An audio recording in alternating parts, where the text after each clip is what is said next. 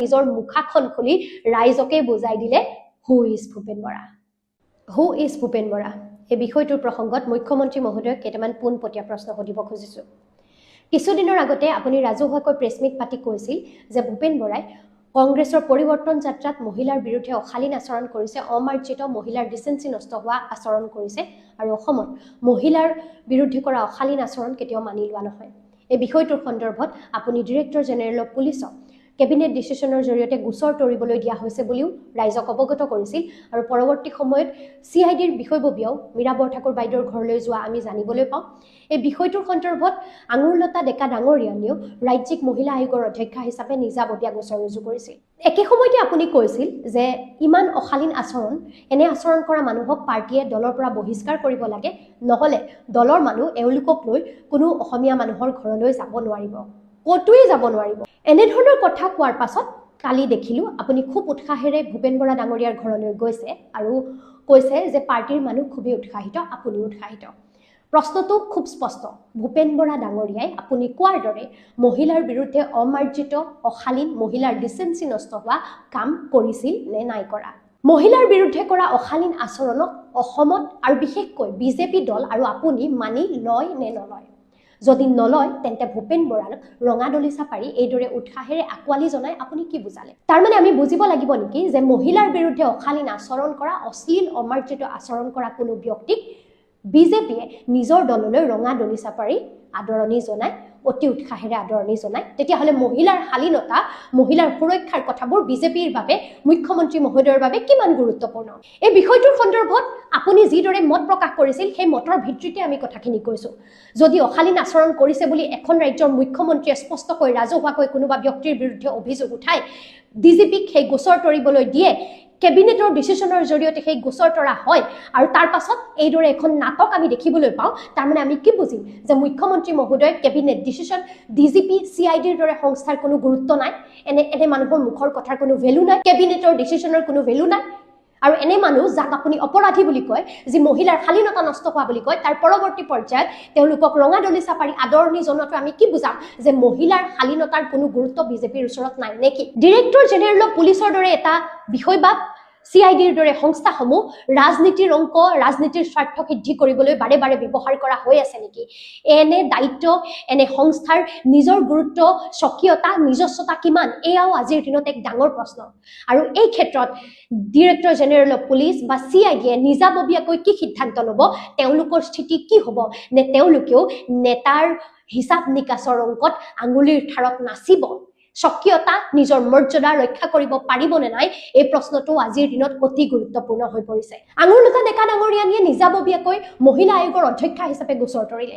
তেখেতৰ দায়িত্ব বা পদমৰ্যাদাৰ কি গুৰুত্ব থাকিল সেই কথাটো আমাৰ তেখেতলৈ প্ৰশ্ন। তেখেতে অনাগত দিনত কি ডিচিশ্যন ল'ব, তেখেতে অনাগত দিনত তেখেতৰ স্থিতি কি হ'ব, এই সম্পৰ্কত মহিলা আয়োগৰ অধ্যক্ষা হিচাপে মহিলাৰ সুৰক্ষা, মহিলাৰ প্ৰতি থকা সন্মানৰ প্ৰতি লক্ষ্য ৰাখি তেখেতে ভূপেন বৰাৰ বিৰুদ্ধে কি স্থিতি গ্ৰহণ কৰিব, এয়া আমি জানিবলৈ বিচাৰিম। কিন্তু একে সময়তে মুখ্যমন্ত্ৰী মহোদয়ক এই কথাটো আমি স্পষ্টকৈ সুধিব বিচাৰিছোঁ যে যদি ভূপেন বৰাৰ বিৰুদ্ধে অনা অভিযোগ, আপোনাৰ মুখেৰে কোৱা কথাবোৰ মিছা আছিল, কেৱল তেখেতক দৰদাম কৰিবৰ বাবে, তেখেতক বাধ্য কৰিবৰ বাবে, তেখেতৰ লগত এখন মিলিজুলি নাটক কৰিবৰ বাবে এই কথাবোৰ কোৱা হৈছিল, তাৰমানে মহিলাৰ শালীনতা, মহিলাৰ সুৰক্ষাৰ প্ৰসংগবোৰ আপোনালোকৰ বাবে এখন নাটক বা ভাওনা নেকি? ৰাজনীতিৰ বজাৰত বেচা কিনা কৰিবলৈ, মানুহৰ দৰদাম বৃদ্ধি কৰিবলৈ বা কমাবলৈ মহিলাৰ প্ৰসংগবোৰ আপোনালোকে পণ্য হিচাপে ব্যৱহাৰ কৰে নেকি? মহিলাৰ সুৰক্ষাৰ কথাবোৰ আপোনালোকে মুখত আওৰোৱা ভাষণ নেকি, বচন ভাওনাৰ?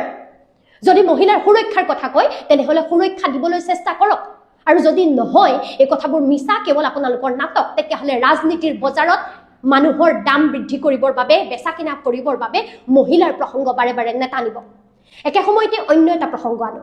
কিছুদিনৰ আগতে লখিমপুৰ মেডিকেল কলেজত এগৰাকী মহিলাই, যাক বিজেপিৰ বুলি বহুজনে কৈছিল, তেওঁ অভিযোগ কৰিছিল যে ভূপেন বৰাই তেওঁৰ গাত স্পৰ্শ কৰিছে।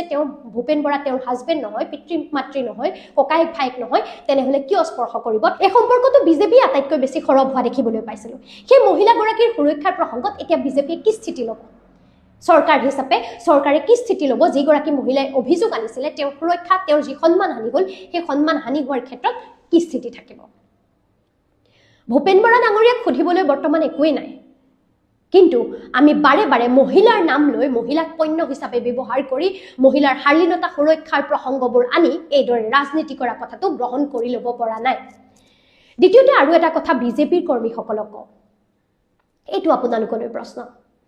কিছুদিনৰ আগতে ৰাজেন গোহাঁই ডাঙৰীয়াই বিজেপিৰ পৰা গৈ অসম জাতীয় পৰিষদত যোগদান কৰিবলৈ বাধ্য হ'ল।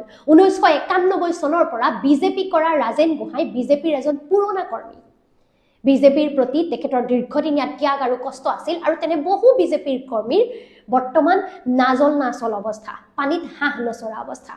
ৰাজেন গোহাঁই যেতিয়া বিজেপি ত্যাগ কৰি গৈছিল, ৰাজেন গোহাঁইৰ ঘৰলৈ এইদৰে মুখ্যমন্ত্ৰী, কোনো মন্ত্ৰী, কোনো বিষয়া ঢাপলি মেলা নাছিল। একে সময়তে আমি দেখিছিলোঁ কিন্তু ভূপেন বৰাৰ ঘৰলৈ কংগ্ৰেছৰ মানুহ ঢাপলি মেলি গৈছিল। একে সময়তে আমি দেখিলোঁ যে মুখ্যমন্ত্ৰী মহোদয় ভূপেন বৰাক পুৰণা সংগী বুলি স্মৃতি ৰোমন্থন কৰিবলৈ ঢপলিয়াই গ'ল। ৰাজেন গোহাঁইৰ ঘৰলৈ কিন্তু নগ'ল, অথচ ৰাজেন গোহাঁই 91 চনৰ পৰা বিজেপিৰ লগত জড়িত আছিল। বৰ্তমান বিজেপি দলটোত যিসকল মানুহ আছে সেইসকল মানুহ বিজেপিৰ নহয়, কংগ্ৰেছৰ মানুহ। আৰু বিজেপিৰ বাবে তেজ পানী একাকাৰ কৰি কষ্ট কৰা মানুহবোৰ এতিয়া পানীত হাঁহ নচৰা হৈ ক'ৰবাত পৰি আছে, ক'ৰবালৈ গুচি যাবলৈ বাধ্য হৈছে, কাৰণ তেওঁলোকৰ দলীয় টিকটো তেওঁলোকে নাপায়। বিজেপিৰ বিষয়ববীয়া বিজেপিৰ কৰ্মীয়ে যিসকল মানুহৰ বিৰুদ্ধে দীৰ্ঘদিন ধৰি আন্দোলন কৰিছিল, যাৰ দুৰ্নীতিৰ বিৰুদ্ধে তেওঁলোক সৰব হৈছিল, যাৰ বিৰুদ্ধে তেওঁলোকে মাত মাতিছিল, যিসকলক শাসনৰ পৰা গাদীচ্যুত কৰিবৰ বাবে তেওঁলোকে যুঁজ দিছিল, দীৰ্ঘদিনীয়া সংগ্ৰাম কৰিছিল, আজি বিজেপিত সেইসকল কংগ্ৰেছী নেতাৰে দপদপনি, আৰু বিজেপিটো এতিয়া নামত বিজেপি হৈ আছে, কামত সেই কংগ্ৰেছ হৈ আছে। অথচ কংগ্ৰেছৰ যিসকল মানুহে দুৰ্নীতি কৰিছিল, যিসকল মানুহৰ দুৰ্নীতি কেলেংকাৰীত লিপ্ত থকাৰ বিৰুদ্ধে বিজেপিয়ে অভিযোগ আনিছিল, সেইসকলে এতিয়া পুৰণা বিজেপিৰ মানুহক পুতলাৰ দৰে নচুৱাইছে আৰু পুৰণা বিজেপিৰ মানুহবোৰ নাচিছে। অনাগত দিনতো বিজেপিৰ অৰিজিনেল মানুহৰ গুৰুত্ব কিমান এয়া ৰাজেন গোহাঁইৰ উদাহৰণেৰে বুজাই দিব পাৰি, আৰু কংগ্ৰেছৰ গুৰুত্ব কিমান এয়া ভূপেন বৰাৰ উদাহৰণেৰে খুব সুন্দৰকৈ বুজাই দিব পাৰি। কিছুদিনৰ আগতে লখিমপুৰ মেডিকেল কলেজৰ যিগৰাকী মহিলাই এই ভূপেন বৰাৰ বিৰুদ্ধে অশালীন ব্যৱহাৰ কৰাৰ অভিযোগ উত্থাপন কৰিছিল, সেই মহিলাগৰাকীৰ দৰে বিজেপিৰ মহিলাসকলে এতিয়া কি কৰিব? মহিলাৰ বিৰুদ্ধে অশালীন ব্যৱহাৰ কৰা, অমাৰ্জিত আচৰণ কৰা এজন মানুহক ৰঙা দলিচা পাৰি আপোনালোকৰ ঘৰলৈ যেতিয়া লৈ যোৱা হ'ব, তেতিয়া আপোনালোকে কি স্থিতি ল'ব? মই বিজেপি দলটোকো এটা প্ৰশ্ন সুধিব বিচাৰোঁ। যদি কংগ্ৰেছে বহিষ্কাৰ কৰি নিদিলে ভূপেন বৰাক, কংগ্ৰেছ বেলেগৰ ঘৰলৈ যাব নোৱাৰে বুলি মুখ্যমন্ত্ৰী মহোদয়ে কৰা মন্তব্যটো সঁচা হয়, তেন্তে বিজেপিয়ে এনে মানুহক গ্ৰহণ কৰাৰ পাছত মহিলাৰ সুৰক্ষাৰ কথাবোৰ বিজেপিয়ে কিদৰে আওৰাব, আৰু মহিলাসকলৰ ঘৰলৈ, আইসকলৰ ঘৰলৈ ভূপেন বৰাক লগত লৈ বিজেপিৰ মানুহবোৰ কিদৰে যাব? আপোনালোকৰ মুখৰ কথাৰ কি গুৰুত্ব থাকিল? ভূপেন বৰাকটো তেওঁৰ মুখৰ কথাৰ কোনো ভেলু নাই। তেওঁৰ ৰাজনৈতিক স্থিতিয়ে প্ৰমাণ কৰি দিছে যে তেওঁ এজন সুবিধাবাদী মানুহ, তেওঁ এজন ৰাজনীতিৰ দালাল, নিজক বিক্ৰী কৰিব খোজা এগৰাকী মানুহ। গতিকে তেওঁৰ কথাৰ মই ভেলু নিদোৱেই। কিন্তু যিকোনো দল, যিকোনো ৰাজনৈতিক আদৰ্শ এটাৰ ওপৰত আস্থা ৰাখি দীৰ্ঘদিন কষ্ট কৰি থকা মানুহখিনিলৈহে মোৰ প্ৰশ্নকেইটা থাকিল। লগতে বিজেপিৰ কৰ্মকৰ্তাসকললৈ আৰু এটা প্ৰশ্ন। মা কামাখ্যা বটদ্ৰৱাত গৈ শপত ল'ম বুলি মিছাকৈ কোৱা এজন মানুহক আপোনালোকে কিদৰে বিশ্বাসত ল'ব? তেনে এজন মানুহক যদি আপোনালোকে দায়িত্ব দিয়ে, তেনে এজন মানুহৰ হৈ যদি আপোনালোকে মাত মাতিব লাগে, তেতিয়াহ'লে মা কামাখ্যা বটদ্ৰৱা থানৰ দৰে পবিত্ৰ স্থানৰ অপমান নহ'বনে? সেয়া মা কামাখ্যাই গ্ৰহণ কৰিবনে? ধৰ্মৰ নাম লৈ নিজৰ ৰাজনীতিৰ অংক সিদ্ধি কৰিব খোজা এনে মানুহক আপোনালোকে কিদৰে গ্ৰহণ কৰিব? আপোনালোকে প্ৰশ্নবোৰ নিজকো সোধক। যি মানুহে ঈশ্বৰৰ নাম লৈ, মা কামাখ্যা বটদ্ৰৱা থানৰ নাম লৈ মিছা কথা ক'ব পাৰে, এনে মানুহ কিমান বেছি পৰ্যায়ৰ নিকৃষ্ট মানুহ, সেই কথাটোৰ উত্তৰ আপোনালোকে নিজকে সুধি চাওক। কংগ্ৰেছৰ কোনো ব্যক্তিয়ে হেনো ভূপেন বৰাদেৱৰ বিষয়ে হু ইজ ভূপেন বৰা বুলি কৈছিল, আৰু ভূপেন বৰাদেৱৰ শেহতীয়াকৈ সেই কথাটো গাত লাগিল। তেখেতৰ অপমান হ'ল, তেখেতৰ দীৰ্ঘদিনীয়া গুৰুত্বহীনতাৰ কথাবোৰ এই কেইদিনত তেখেতৰ মনলৈ আহিল, আৰু নিৰ্বাচনৰ প্ৰাক মুহূৰ্তত তেখেতে বিজেপিলৈ ঢাপলি মেলিলে। কিন্তু দীৰ্ঘদিন ধৰি তেখেতক কৰি অহা অন্যায়, অবিচাৰ আৰু তেখেতৰ বিৰুদ্ধে কৰা অপমানবোৰ বিজেপিৰ তেখেতৰ মনলৈ নাহিল। তেখেতক বাৰে বাৰে মহিলাৰ বিৰুদ্ধে শ্লীলতা হানি কৰাৰ যে অভিযোগ দিয়া হৈছিল, গোচৰ ৰুজু কৰা হৈছিল, এই কথাবোৰ তেখেতৰ মনলৈ নাহিল। তেখেতৰ নাকেৰে তেজ ওলোৱাৰ অৱস্থাৰ কথা, ভাঙি দিয়া নাকটোৰ কথা তেখেতৰ মনলৈ নাহিল। তেখেতৰ মনলৈ আহিল হু ইজ ভূপেন বৰা, আৰু হু ইজ ভূপেন বৰাটো মনলৈ আহি ভূপেন বৰাই